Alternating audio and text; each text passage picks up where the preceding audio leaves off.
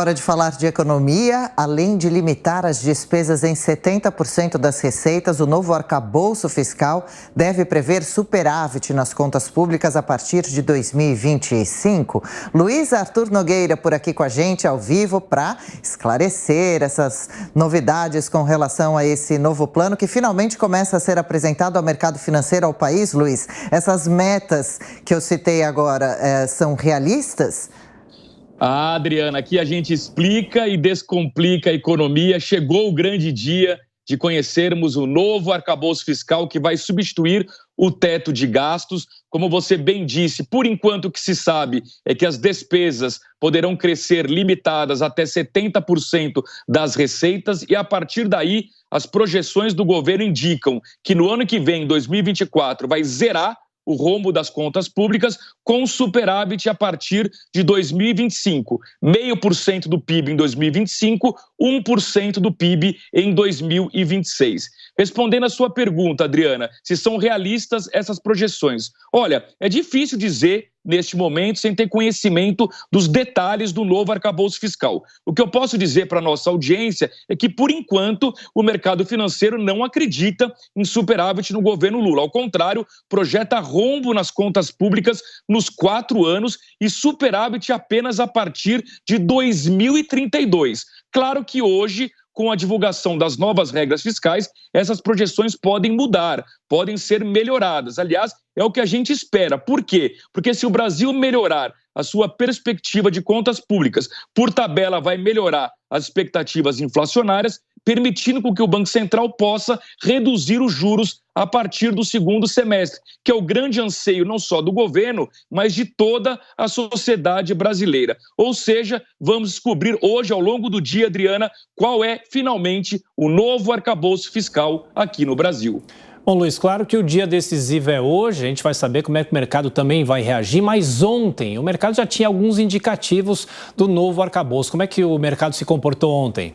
Olha, interessante a sua pergunta, Thiago, porque na maior parte do dia o mercado ficou no 0 a 0. A gente vai ver o gráfico do índice Bovespa, quem nos acompanha pela TV Jovem Pan News, repara que o gráfico ficou oscilando em torno do 0 a 0 ao longo do dia inteiro. No final do pregão, uma leve alta de 0,6% aos 101.792 pontos. Ou seja, de alguma forma o mercado financeiro está otimista com a divulgação hoje desse novo arcabouço fiscal. Lembrando que ontem também foi um dia muito favorável nas principais bolsas do mundo inteiro. As bolsas europeias e americanas tiveram alta por conta do alívio da crise no setor bancário. Isso também beneficiou o mercado de moedas. A gente vai ver na próxima tabela que o dólar caiu aqui no Brasil 0,20%, R$ 5,16. O euro caiu 0,6%, R$ 5,57. E o Bitcoin subiu quase 4%,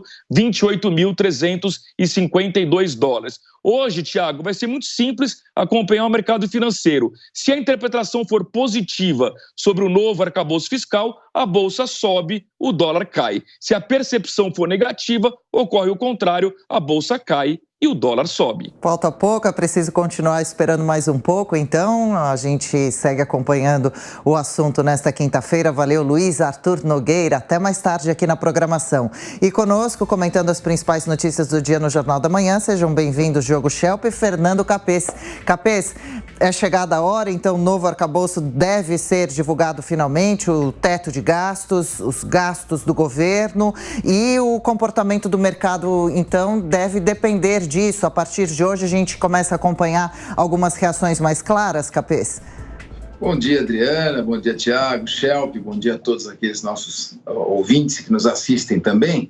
Olha, a primeira informação é informação fácil de entender. O governo pretende, com essas novas regras, que ele chama de arcabouço fiscal, gastar 70% do que ele arrecada. Isso é fácil de entender e deve ser visto com otimismo.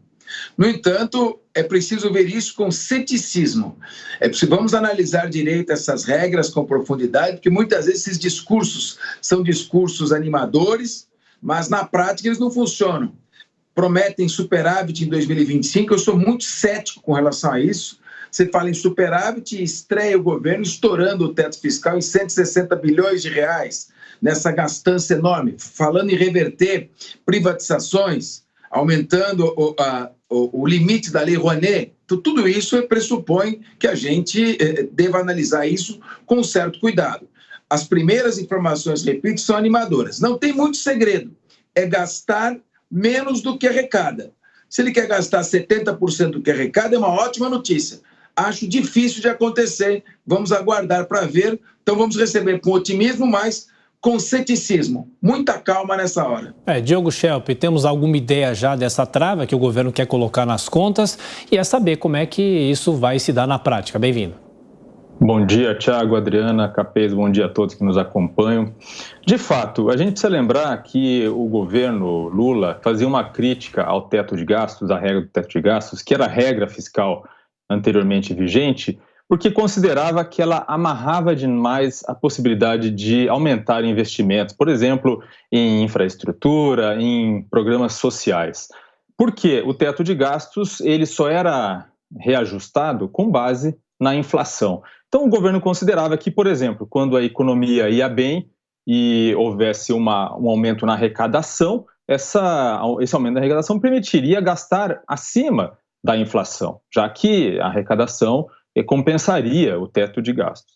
Portanto, o que foi feito foi abolir essa nova regra e com a regra que está sendo apresentada, que vai ser apresentada, vai ter um aumento real nos gastos públicos, ou seja, acima da inflação, mais limitado dentro do que for o incremento na arrecadação. Quer dizer, o que aumentar em 70% da arrecadação é o que se poderá gastar, não mais do que isso. Mas há algumas exceções, por exemplo, para educação e saúde vai se estabelecer o mínimo constitucional, que é uma porcentagem estabelecida na Constituição para essas áreas.